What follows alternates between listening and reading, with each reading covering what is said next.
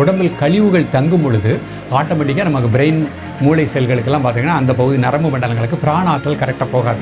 அப்போ அவங்க இந்த மூச்சில் மாற்றங்கள் ஏற்படும் பொழுது நமக்கு ஹெட்டேக் வரும்.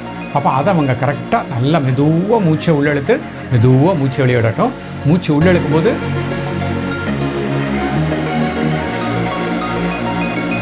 எவ்ரி 1 ஹவருக்கு ஒருக்க 5 முறை சின்முத்திரையில் நல்லா மூச்சை உள்ளெழுத்து மூச்சை வெளியிடும் போது மூளை பகுதி முழுக்க தலைப்பகுதி முழுக்க நல்ல பிராண சக்தி கிடைக்கும்.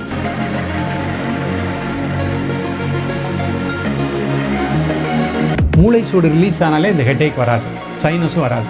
அப்போ இந்த பயிற்சியும் அவங்க தாராளமாக முத்திரைகள் பண்ணிவிட்டு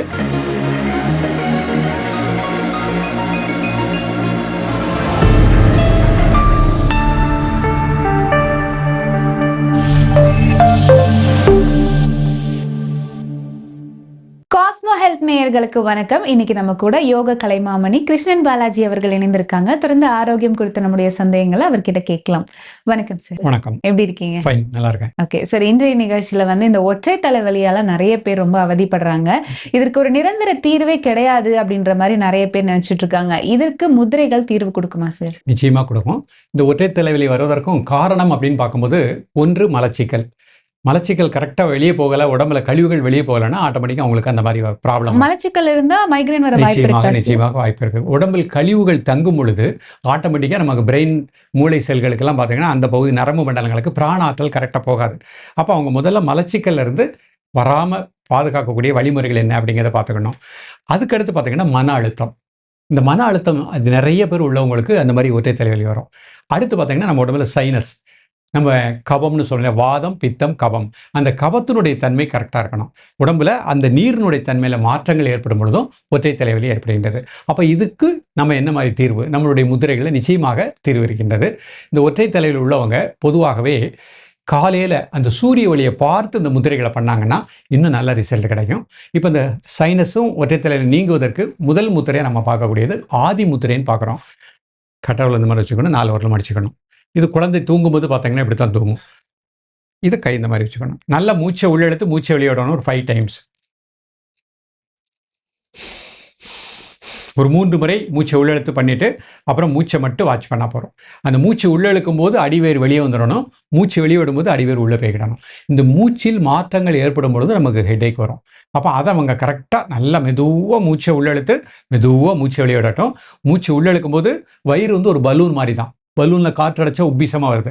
அதே மாதிரி மூச்சை உள்ளெழுக்கும் போது வயிறு லேசாக வெளியே வந்துடணும். ப்ரீத் அவுட் பண்ணும்போது அடிவேர் உள்ளே போய்க்கிடணும். இது பண்ணிவிட்டு இதில் ஒரு 5 நிமிஷம் சாதாரண மூச்சில் அப்படியே ரிலாக்ஸாக இருங்க. நமக்கு பிடித்த மந்திரங்களை சொல்லிக்கலாம். சில நபர்களுக்கு மைண்டு கான்சன்ட்ரேஷன் கிடைக்கல, இல்லை மந்திரம் சொல்ல விருப்பம் இல்லையா, ப்ரீத்திங்கை மட்டும் வாட்ச் பண்ணுங்கள். அந்த மூச்சு உள்ளே போகிறது மூச்சு வெளியே வர்றது அதை மட்டும் வாட்ச் பண்ணுங்கள். நமது உணர்வு தலைப்பகுதி முழுக்க நல்ல பிராணாற்றலை பெற்றுக்கொண்டிருக்கின்றேன், அந்த உணர்வோடு அப்படியே இருக்கணும். ஸோ இந்த முத்திரை நமக்கு வெரி குட் ரிசல்ட் கிடைக்கும். அடுத்த ஒரு முத்திரை பார்க்க போகிறோம், மகா சிரசு முத்திரை. எஞ்சான் உடம்புக்கு சிரசே பிரதானம் அப்படிங்கிறது பழமொழி. நம்ம 8 கைகள், நம்ம கை 8 ஜான் தான் உடல். இது நன்றாக இயங்கணும்னா தலைப்பகுதி முழுக்க நன்றாக இருந்தால் தான் இயக்கம் நன்றாக இருக்கும். இதுக்கு பேரே மகா சிரசு முத்திரை. இந்த மாதிரி வச்சுக்கணும். மோதிர விரலை உள்ள மடிச்சுக்கிட்டேன், சுண்டு விரல் மட்டும் தரை நோக்கி இருக்கின்றேன். கை இந்த மாதிரி வச்சுக்கணும். நல்லா inhale and exhale 3 times. Then normal breathing. இந்த முதிரை செய்யும் பொழுதும் தலைப்பகுதி முழுக்க இந்த முதிரையின் மூலமாக நல்ல பிராணசக்தியை பெற்றுக்கொண்டிருக்கின்றேன், அந்த உணர்வோடு இருக்கணும். காலையில் அவங்க காலையில் எழுந்த உடனே பல்விளக்கிட்டு காலை கடன்களை முடிச்சுட்டு அமைதியாக தரையில் அமர முடிஞ்சிச்சுன்னா அர்த்த பத்மாசனம், இல்லை பத்மாசனம், இல்லை வஜிராசனம், இந்த 3 ஆசனத்தில் ஏதாவது ஒரு ஆசனத்தில் அமர்ந்து பயிற்சி பண்ணிக்கலாம். ரொம்ப ஏஜ் ஆனவங்க கீழே உட்கார முடியாது, அவங்க தாராளமாக ஒரு சேரில் உட்காந்துட்டு நிமிர்ந்து உட்காந்துட்டு இந்த 2 முத்திரைகளையும் பண்ணிக்கிடணும். இது பண்ணி முடிச்சுட்டு நேரம் கிடைக்கும் பொழுதெல்லாம் நல்லா இன்ஹேல் பண்ணணும், நல்லா எக்ஸேல் பண்ணணும். நம்ம யாருமே ஆழ்ந்த சுவாசம் பண்ணுறதில்ல. பொதுவாகவே இந்த மாதிரி ப்ராப்ளம் உள்ளவங்களுக்கு பார்த்தீங்கன்னா மன அழுத்தம் அதிகமாக இருக்கும். அப்பப்போ சும்மா இருக்கும்போது ஃபுல்லாகவே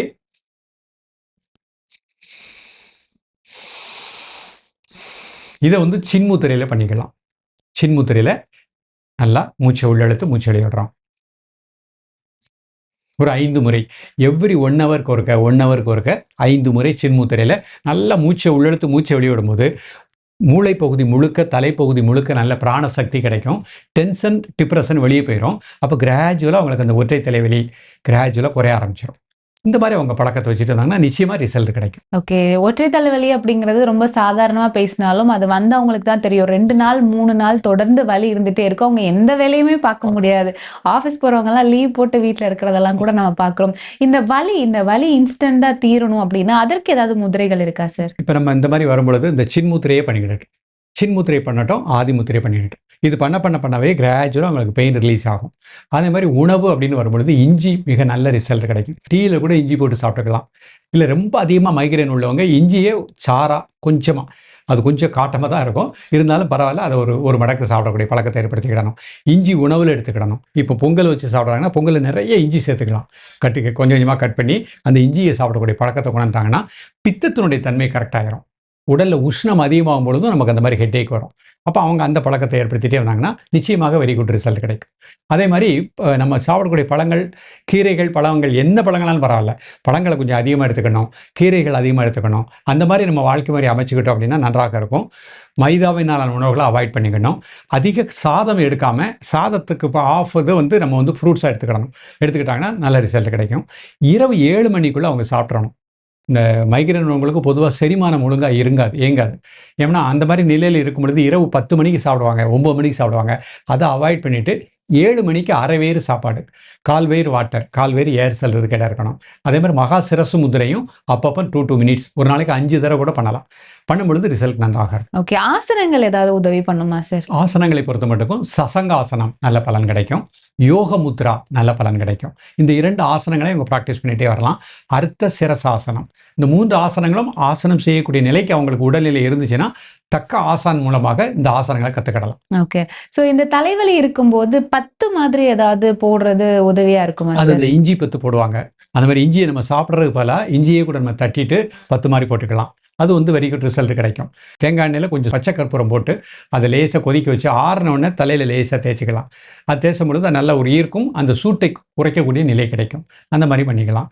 அதே மாதிரி ஒரு மனசு அவங்களுக்கு உடம்புல உஷ்ணம் சரியாக எப்போவுமே பார்த்தீங்கன்னா அவங்களுக்கு உடலில் ஹீட் அதிகமாக இருக்கும். இந்த மாதிரி உள்ளவங்களுக்கு ஹெட்டேக் உள்ளவங்க அவங்க சின்ன ஒரு பயிற்சி, மூச்சு பயிற்சி, வாய் வழியே மூச்சை உள்ள எடுத்துக்கணும். இந்த மாதிரி வாயை க்ளோஸ் பண்ணிவிட்டு மூக்குள்ளேயே மூச்சு வெளியே விட்டுறணும். இந்த மாதிரி ஒரு 10 முறை. இது குளிர்ச்சி வகை பிராணாயாமம், சீத்தலின் பேர். இந்த மாதிரி பயிற்சி பண்ணும்போது ஹீட்டுனால ஏற்பட்ட ஒற்றை தலைவலி, சைனஸ்னால ஏற்பட்ட ஒற்றை தலைவலி அது ஆட்டோமேட்டிக்காக ரிலீஸ் ஆகும். ஓகே. இது பாடியே கூல் ஆகும். பாடியே கூல் ஆகும்.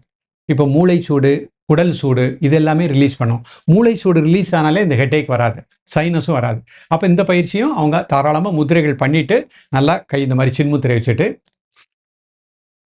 அவங்களுக்கே தெரியும். மூச்சு உள்ள எடுக்கும்போது குளிர்ந்த காற்று உள்ளே போகும், மூச்சு வெளியே விடும்போது அடிவயிறு நம்ம மூளையில் இருக்கக்கூடிய ஹீட் பிராணன் வெளியே போயிடும். ஒரு 10 முறை இந்த மாதிரி பண்ணிக்கலாம். அப்போ பாடியை ஹோல் பண்ணோம், மனசும் சாந்தமாக இருக்கும். ஓகே. உடல் சூடு இருக்கிறவங்க கூட இந்த மாதிரி பண்ணிக்கலாம். வெரி குட் ரிசல்ட் குறையும் இல்லையா?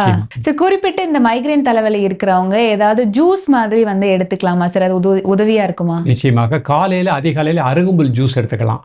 வில்வம் இப்போ இது இருக்குல்ல, வில்வத்தினுடைய இலைகளை ஜூஸ் பண்ணியோ இல்லை சூப் மாதிரி வச்சோ எடுத்துக்கலாம். இது 2 எடுக்கும்போது உடல் கழிவுகளும் வெளியே போயிடும், மனக்கழிவுகளும் வெளியே போயிடும். அப்போ அவங்களுக்கு இன்னும் நன்றாக ஒரு ரிசல்ட் கிடைக்கும். ஓகே. இது எம்டி ஸ்டொமக்ல எடுத்துக்கலாம். ஓகே. ஸோ இன்றைய நிகழ்ச்சியில் ஒற்றை தலைவலி ரொம்ப நாளாக நிறைய பேர் அவதிப்பட்டு இருப்பாங்க. ஸோ இதை பார்க்குற நேயர்கள் நிச்சயமாக அதை ட்ரை பண்ணி பார்த்து அவங்களுடைய ஒற்றை தலைவலி, அது மட்டும் இல்லாமல் சைனஸ்க்கும் இந்த முதிரைகள் ஹெல்ப்ஃபுல்லாக இருக்கும் அப்படின்னு சொன்னீங்க. ரொம்ப நன்றி. நன்றி.